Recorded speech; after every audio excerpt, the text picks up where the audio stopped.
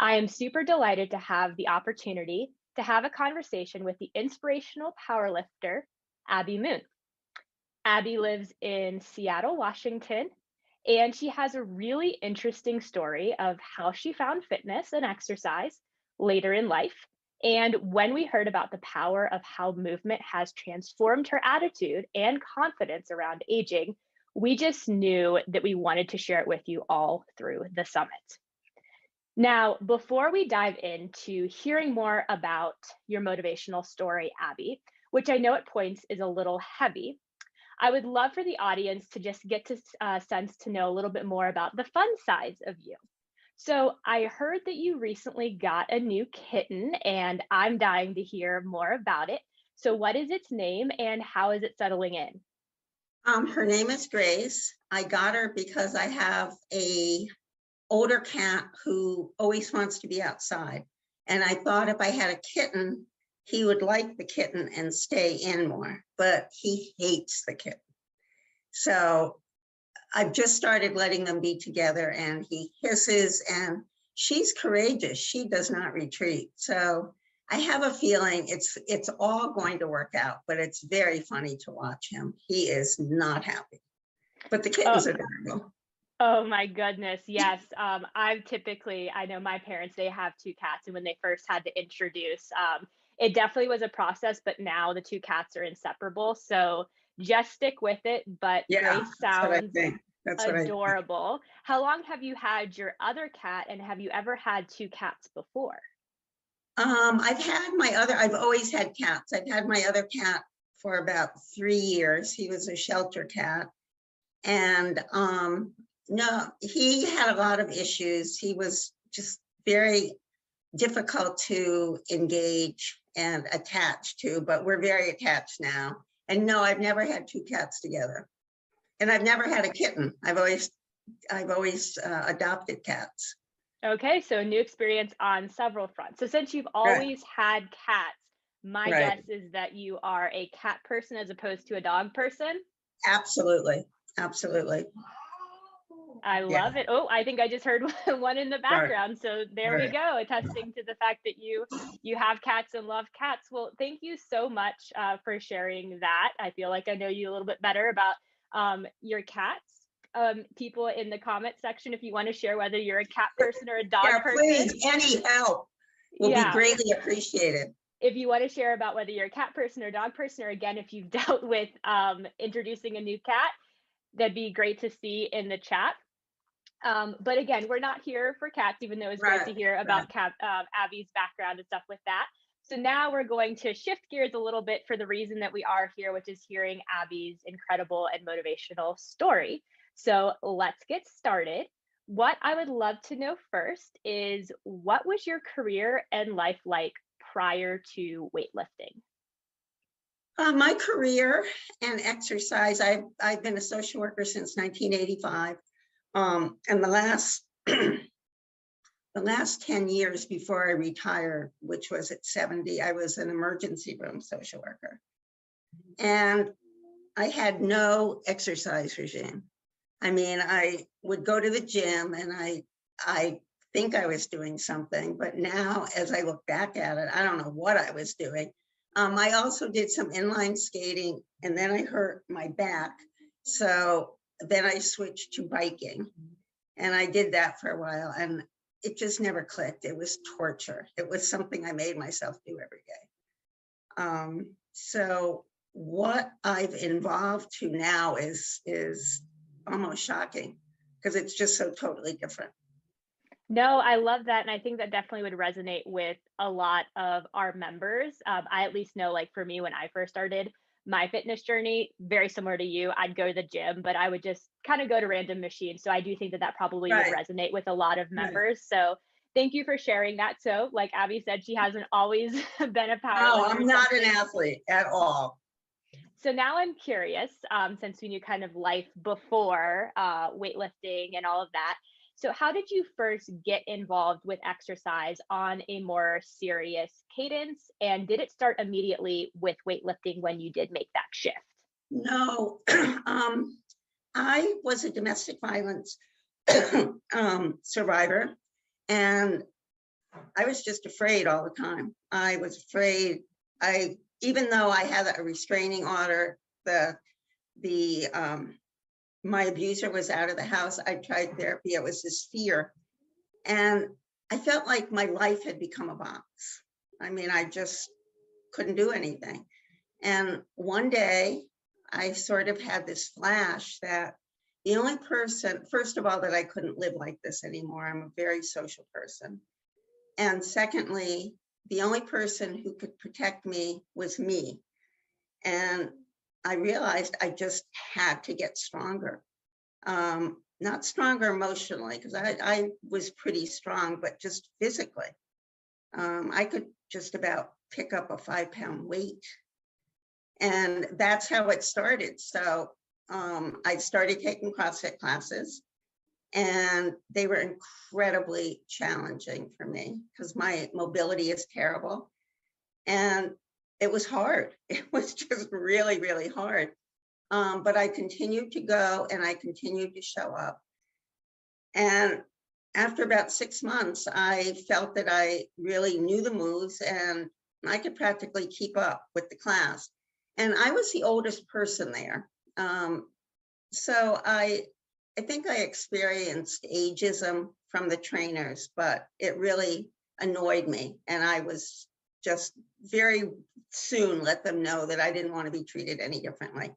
So one day I was at the gym, and this very nice young man who was doing a powerlifting class suggested that, I join the class. And I was hooked. I was just totally hooked. I loved it. And, when I started, I could hardly lift anything. I think my bench was like 85, and I thought that was phenomenal. And my numbers were really low, but I kept training and I kept working at it, and something just happened. There was just like this transformation in me. I felt strong, I felt confident, and I just felt like I could really take care of myself. So I kept lifting, and I had my first competition, I think in 2015. I didn't do well, but I learned a lot from it. And I've just continued to lift from there. I've also had some issues, like I had a hip replacement, I had a knee replacement, I had a broken leg, and a fractured hip. So there have been periods when I couldn't power lift, but I continued to figure out things that I could do. I just didn't stop. So I love it. No, that's so great. There is so much that I'm going to dig into here. Okay. So bear with me, everyone. That's I want to fine. hit a bunch of stuff. So you kind of alluded to the fact that there was like this aha moment for Right. you. Can you just talk, I guess, a little bit more about like what that pivotal moment looked like? Do you mean the aha movement when I started powerlifting, or the aha when I decided I had to get strong? I like let's do with the powerlifting, and then we'll circle back to the idea of getting strong. Okay. It was the minute I picked up the bar. I just felt this feeling overtook me, like this is it. This is what I'm supposed to be doing. And it just felt really natural. It was fun. I loved it. It wasn't like, oh God, I have to go power lift. But it was just this definite moment, like I have found my thing. And that's what happened. And I could feel my whole body change. I could feel myself stand up straighter. I just felt like I could do anything now. So it was quite a moment. No, that sounds very powerful with powerlifting. Yeah. So thank you for sharing with that. And then you also kind of alluded to this idea of like getting stronger and kind of around like protection. Can we talk a little bit more maybe about like the idea of self-defense and how that should be more important to older adults? Yeah. I don't think I am the only older adult who has found themselves in that situation. And I think what happens, I don't know about younger women, but with older women, we're just left with this fear.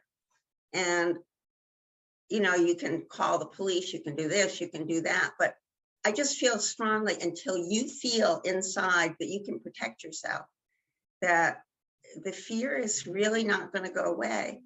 And I don't know if I really could do what I think I could do to someone that attacked me, but I think I carry myself and I have that confidence that I just do not feel it's going to happen. And I think as older women, we just need to protect ourselves because, you know, people get assaulted all the time. You know, or you're afraid to go out at night, or you're afraid to do this. But I also think just for our sense of well-being and just the messages that society gives us about ageism, that we're frail, we can't do this, we can't do that, we'll get hurt, you'll get hurt, don't do that, weights, oh, no. And I think we have to fight those stereotypes. We are strong, we're amazing. Older women can just do amazing things.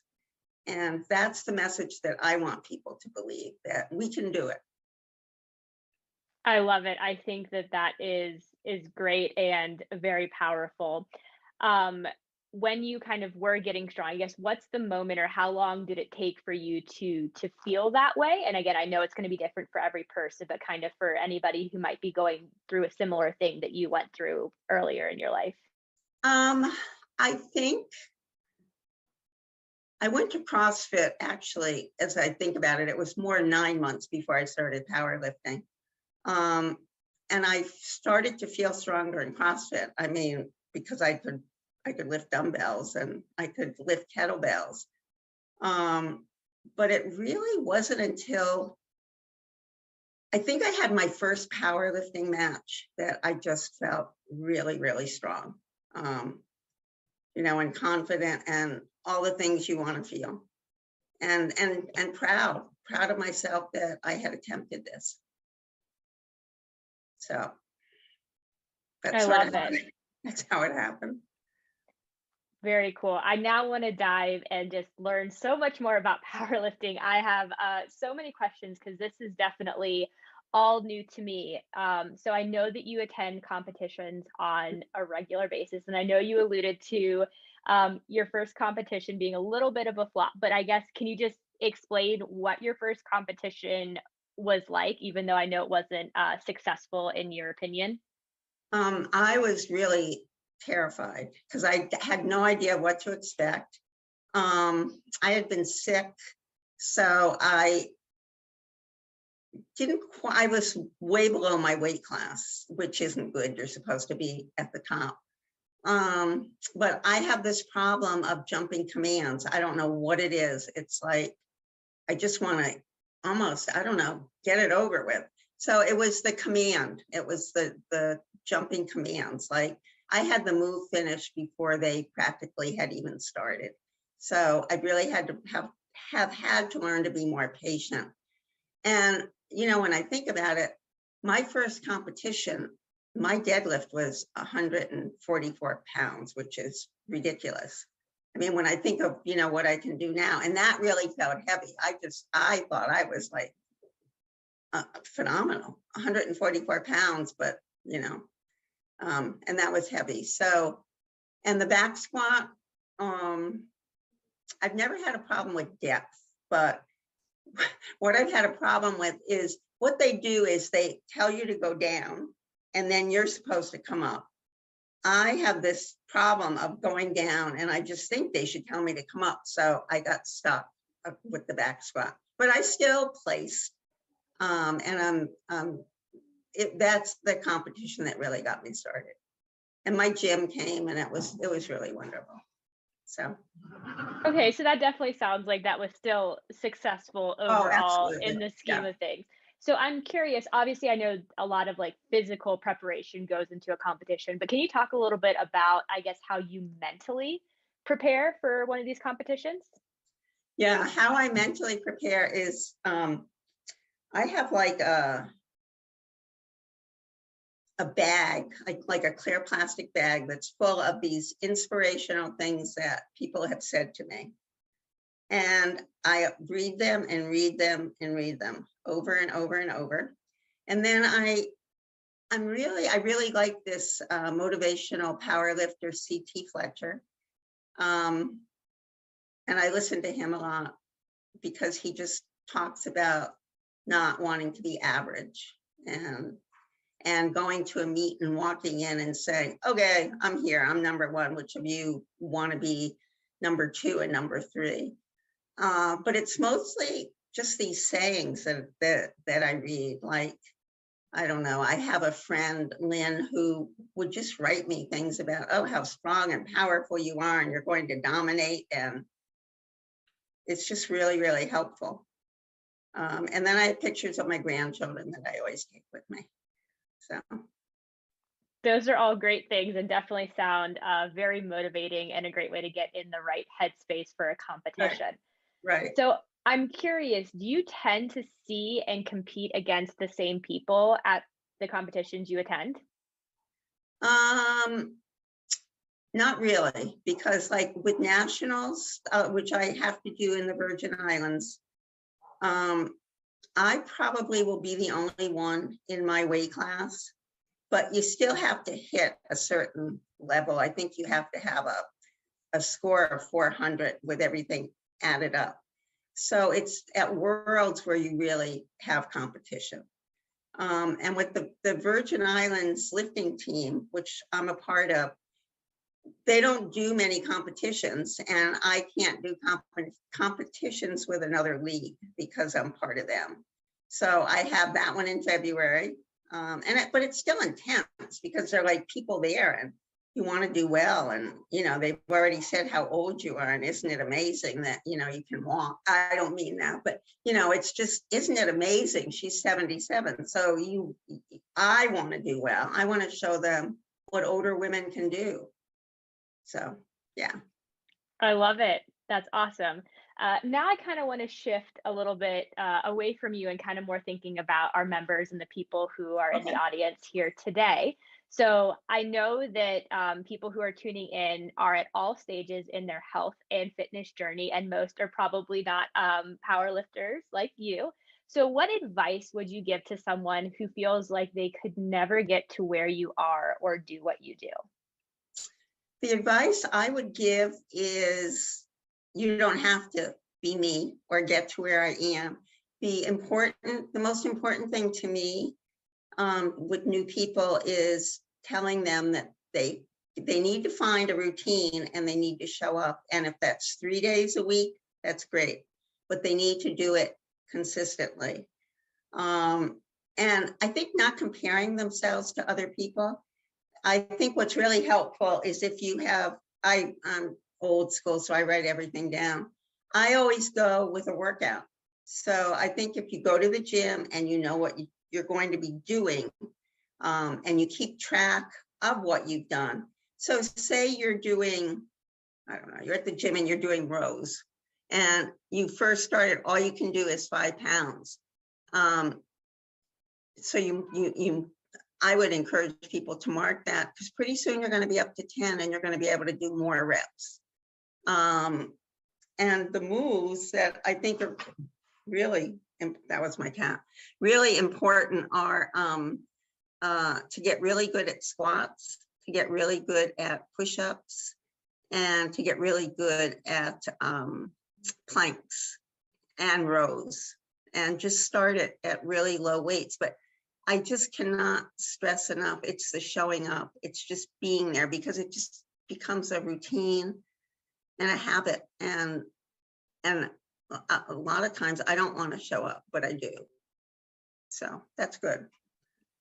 I love the idea of showing up. I definitely think something that a lot of people of all ages deal with is this idea of motivation. And so you said there's times that you don't feel like you want to show up, but you do anyway. So how do you motivate yourself on days when you are tired or in pain and you don't want to show up? Well, what I used to do was I'd say, oh, I don't want to go at this time, so I'll go later. And then I never went. So now what I do is I go, even if I sit there and do the exercise bicycle, I go because it's just that routine and being around other people that are exercising. And a lot of times what happens is I don't want to go, and I'll get there and I'll start one of the things that I've got in my workout, and I don't know, something just happens and like I'm into it. I'm motivated. I'm glad I'm here.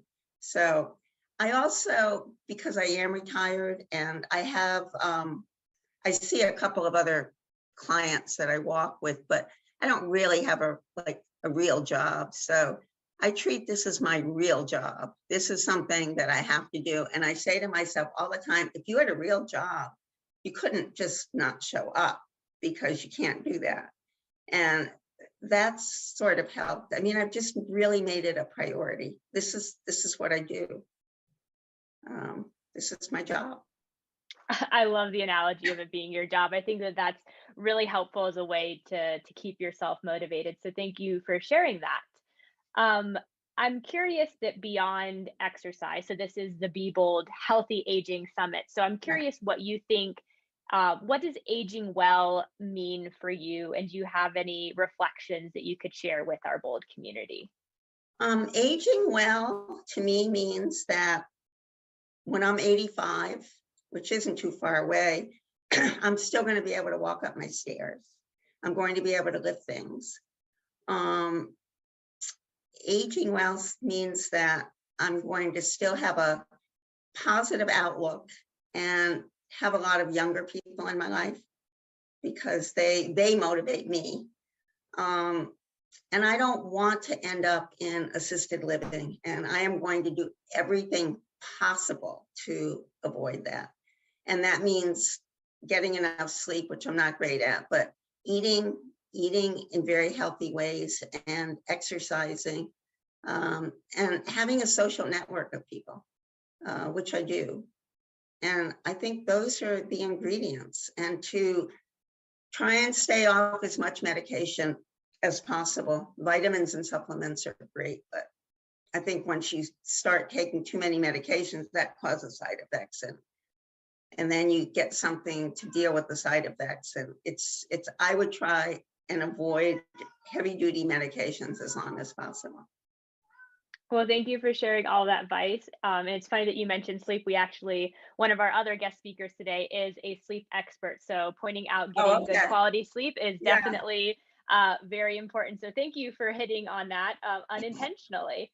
So I'm curious, because you've talked about, again, so much that you have learned through your fitness journey. Was there anything, I guess, surprising or unexpected that you've learned or experienced through your health journey? What really surprised me, and I think I've already mentioned it, so I may be repeating myself, was that I'm strong and I'm an athlete, and I never was an athlete. I mean, I was just a total couch potato, and I couldn't even imagine being considered an athlete or having a routine and going to the gym. So I think that has been the most surprising thing to me. And the other thing that's been really amazing to me is how helpful people have been. There have been so many people who have helped me with this. I didn't just do it myself, and I could never have done it myself. And I guess the other thing is just how much younger people motivate me. So I like to be around them because they're really strong. So it's a motivator. Oh, those are three great pieces. So I know that you talked about this being your job. So what does a typical day in your job look like for you? You mean starting from the beginning of my day?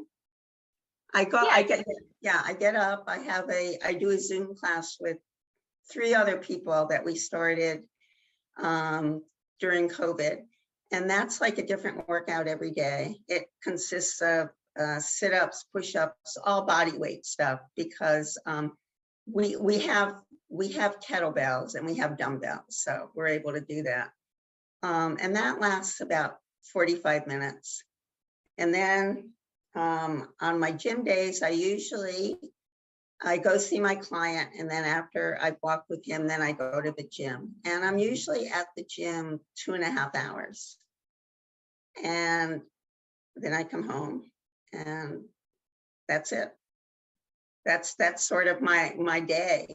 I might go out at night and see friends, or I try and I'm always like reading on how I can make my deadlift better.